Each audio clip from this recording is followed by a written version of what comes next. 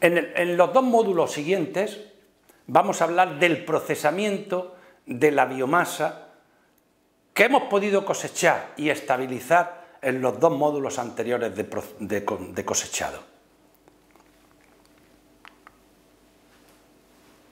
Esta figurilla es muy interesante porque da un resumen de todo lo que vamos, o de la filosofía que hay detrás de todo esto del procesamiento. Ahí tienen una serie de productos, muchísimos, de biomoléculas activas, ácidos grasos poliinsaturados, pigmentos, o sea, solubles en agua, como las ficocianinas y las ficoeritrinas, productos de muchísimo valor, de sustancias bioactivas, sacados principalmente de dinoflagelados, incluso hasta pufas marcados con isótopos estables de carbono 13. En verde tienen ahí, por ejemplo, también, otras veces el producto puede ser la propia biomasa seca para utilizarla en alimentación animal, en acuicultura, para productos funcionales, para incluso a partir de los lípidos de esa biomasa hacer lípidos a la medida, lípidos a la carta de determinados mercados. En la parte derecha ahí tienen productos de mucho menos valor, biofertilizantes, biocombustibles, etcétera, biopesticidas, e incluso los residuos y la biomasa después puede utilizarse para mejorar terrenos, en la parte marrón de la derecha, o también se puede utilizar un cultivo de microalgas para eliminar gases de escape o incluso para depurar aguas residuales, sobre todo en instalaciones de muy poca gente. O sea, no puede utilizarse las microalgas para la depuración de aguas residuales de una ciudad de más de 100.000 habitantes, pero de un pueblo de 5 o 6.000 habitantes podrían ser regeneradas las aguas con microalgas. Y esta figurilla dice, bueno, dependiendo del mercado de a qué esté orientado nuestro cultivo, así podemos, habrá una forma de procesar la biomasa. A sistemas más sofisticados, menos sofisticados, es lo que quiere decir en definitiva, y esta es la filosofía en general de los dos capítulos, de los dos módulos de procesamiento de la biomasa.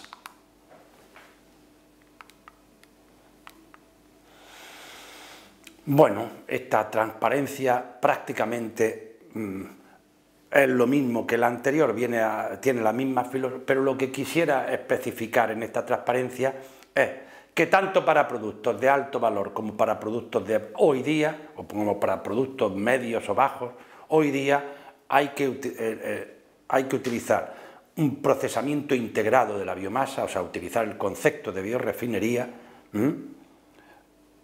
puesto que a lo mejor hace muchos años o hace años podíamos centrarnos en un producto y lo demás prácticamente no nos interesaba y lo gestionábamos de la forma que fuese. Hoy día los residuos, aunque el producto principal sea uno determinado, los residuos hay que gestionarlos bien. Por tanto, la filosofía de procesamiento tiene que ser ir al concepto de biorefinería, sacar el máximo jugo, un aprovechamiento integral, y ya no es es una obligación prácticamente hacerlo así. En esta figura es general, es un esquema general de un procesamiento de microalgas. La parte superior partimos de un cultivo, hemos explicado ya los métodos de cosechado, producción de un lodo, hemos explicado cómo ese lodo se puede secar para quitarle más agua. El lodo en sí mismo en algunos determinados procesos de fabricación con la microalga podríamos ya pasarlo a la rotura celular para extraerle metabolitos directamente a la biomasa húmeda. Lo mismo, ese lodo lo podemos secar y también la biomasa seca puede sufrir, podría pasar. En la parte derecha, con las llaves esas que hemos puesto, estamos nombrando un montón de operaciones unitarias en cada una de las etapas del proceso de un procesamiento general de de microalgas. El cosechado, sedimentación, centrifugación, filtración, que hemos explicado, el secado mediante spray, mediante liofilización, secado al vacío, la rotura celular, mecánica, química, enzimática, todo eso lo hemos explicado anteriormente. No hemos explicado la extracción con disolventes, que son fundamentalmente extracción sólido-líquido o líquido-líquido, y luego del extracto, pues fraccionar el extracto, purificar las distintas fracciones. Suelen ser procesos generalmente cromatográficos, cromatografía gas líquido, líquido sólido principalmente, cromatografía en columna, cromatografía en fase sólida.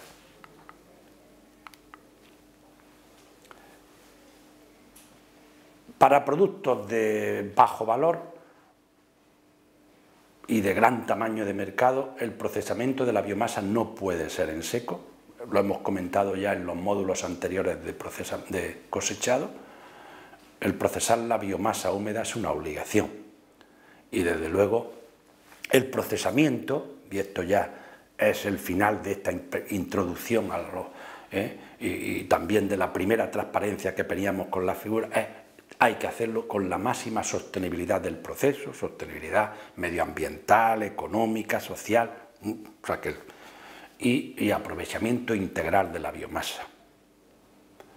Me voy a centrar a partir de ahora en las posibilidades de utilizar de la biomasa y seguimos con el ejemplo que venimos arrastrando en los capítulos de cosechado, con la biomasa de nanoclorosis gaditana, que tiene una composición aceptable, aproximadamente un 30 y tantos % de proteína, un 30 y tantos % de carbohidratos, un 17-20% en este caso de lípidos y un 10% de cenizas. De esta biomasa podríamos centrarnos en el aprovechamiento de la parte proteica, mediante una hidrólisis enzimática de las proteínas o una hidrólisis de las proteínas y conseguir pues, un concentrado de aminoácidos y de péptidos que puede ser utilizado como fertilizante. O podríamos sacarle jugo a la parte de carbohidratos de esa biomasa, hidratos de carbono, para intentar hidrolizarlos, sacarificarlos y producir mediante fermentación etanol. O podríamos sacarle jugo a la parte lipídica de esa biomasa, de ese 17% de lípidos, con objeto de obtener biodiesel. O incluso podríamos procesar esa biomasa para sacarle jugo a la biomasa completa desde el punto de vista energético y producir biometano mediante un proceso de digestión anaerobia. Voy a explicarse muy brevemente las operaciones más importantes involucradas en cada una de las rutas de aprovechamiento de cada una de las fracciones de esta biomasa y posteriormente veremos un proceso integrado. La ruta, por ejemplo, de aprovechamiento de lípidos de proteínas para fertilizantes, productos de medio valor, bajo valor. Partimos de un lodo de aproximadamente procedente de la centrífuga, aproximadamente 15 gramos litro, 12, 14, 15. La centrífuga nos produce un lodo de entre del 11 al 15-20%. Por encima del 20% una centrífuga en continua ya el lodo no fluye. Bien, estamos hablando de un lodo, por tanto, 15% son 150 gramos por litro, he dicho antes 15, 150 gramos por litro. Esa biomasa, ese lodo se puede homogeneizar con objeto de intentar romperlo y que las células, por tanto, pues las proteínas, que fundamentalmente son solubles en agua, puedan salir mejor de dentro de la célula y a continuación directamente una hidrólisis enzimática con un cóctel de enzimas. Ahí tenemos 3 enzimas. La primera prácticamente muchas veces ni se debe de utilizar porque es más o menos para solubilizar, pero las otras 2 enzimas y además sucesivamente son proteasas, un par de horas cada una. Tenemos al final un cóctel en el que hay de todo, una parte muy importante que es un concentrado de aminoácidos y de péptidos, también proteínas que no se han hidrolizado, lo pasamos a una centrífuga, tenemos una biomasa residual y una proteína hidrolizada que es el producto final, Las ventajas y los inconvenientes de este proceso los tienen en la parte inferior. Como ven, no me voy a centrar en las ventajas, pero sí en los inconvenientes de este proceso. ¿Cuáles son? Pues que las enzimas son caras, que la separación es bastante difícil. Esta separación en la centrífuga es difícil porque, porque como hemos roto las células, luego cuesta mucho y no es tan fácil. La centrífuga tiene que someterla a muchos G para que se separe bien, y desde luego, aparte del precio, está también que se lleva mucho tiempo esto. Estamos hablando de 4 o 5 horas de procesamiento de hidrólisis enzimática. Ahí tienen condiciones reales, porque este proceso está a escala industrial, condiciones de trabajo, las enzimas, las temperaturas, los porcentajes, etcétera, el grado de hidrólisis, más o menos entre un 60 y un 70% de proteínas lo hidrolizamos. Este es el aspecto del producto final, y aquí en la figura inferior derecha tienen unas barras azules y unas barras rojas. Las barras azules corresponden a la biomasa de partida, porque ahí tienen los porcentajes de cada uno de proteínas, de carbohidratos, de los componentes de la célula, y en las barras rojas se corresponde a la composición de la biomasa residual después del tratamiento enzimático. Y el comentario este es muy importante, porque aunque hemos eliminado proteínas, pero como también hemos deteriorado otros componentes, es que hemos deteriorado, hay unas pérdidas casi del 20 y tantos % de lípidos. Aunque sea un proceso suave, enzimático, hay deterioro también de otros componentes de la biomasa. Pueden ver incluso que hasta el 70% de los carbohidratos se han solubilizado, se han fastidiado.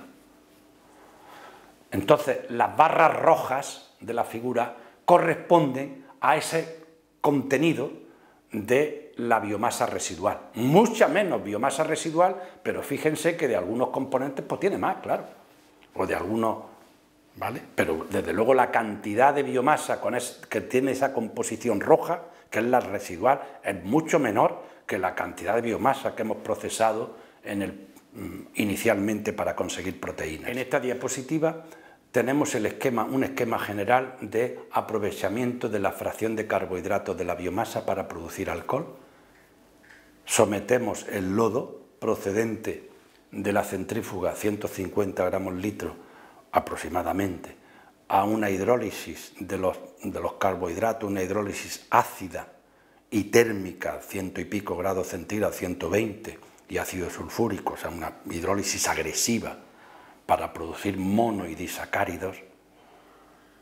Posteriormente separamos el hidrolizado de la biomasa residual y el hidrolizado lo fermentamos. Después de fermentar, separamos la fase hidroalcohólica del residuo, fundamentalmente levadura, y la fase hidroalcohólica separamos el alcohol del agua. Después de la centrífuga hasta el final todo va fenomenal, pero antes de la centrífuga, como la hidrólisis ácida, la hidrólisis de los carbohidratos, la hidrólisis ácida, el rendimiento es pequeño. Este es el problema que tiene, por lo menos con esta biomasa, este aprovechamiento de la fracción de carbohidratos. Las condiciones extremas de la hidrólisis hacen, aunque sea el factor de conversión es muy bajo, y la biomasa además que se ha utilizado pues queda bastante deteriorada. Tan deteriorada, de nuevo, la figura inferior que tienen ahí es la parte azul, es la biomasa de la que partimos. La parte roja, o sea, las barras rojas representan la composición de la biomasa residual, pero que también se ha perdido un 50% en este proceso de proteínas. y otro 13%, un 13% aproximadamente de lípidos. Las condiciones de operación las tienen ahí. Le insisto una vez más que esto, al menos nosotros lo hemos desarrollado a nivel de investigación básica, no lo hemos seguido escalando porque los rendimientos, como están viendo, son muy pequeños, dado que en 2/3 aproximadamente de los carbohidratos permanecen sin hidrolizar de las microalgas.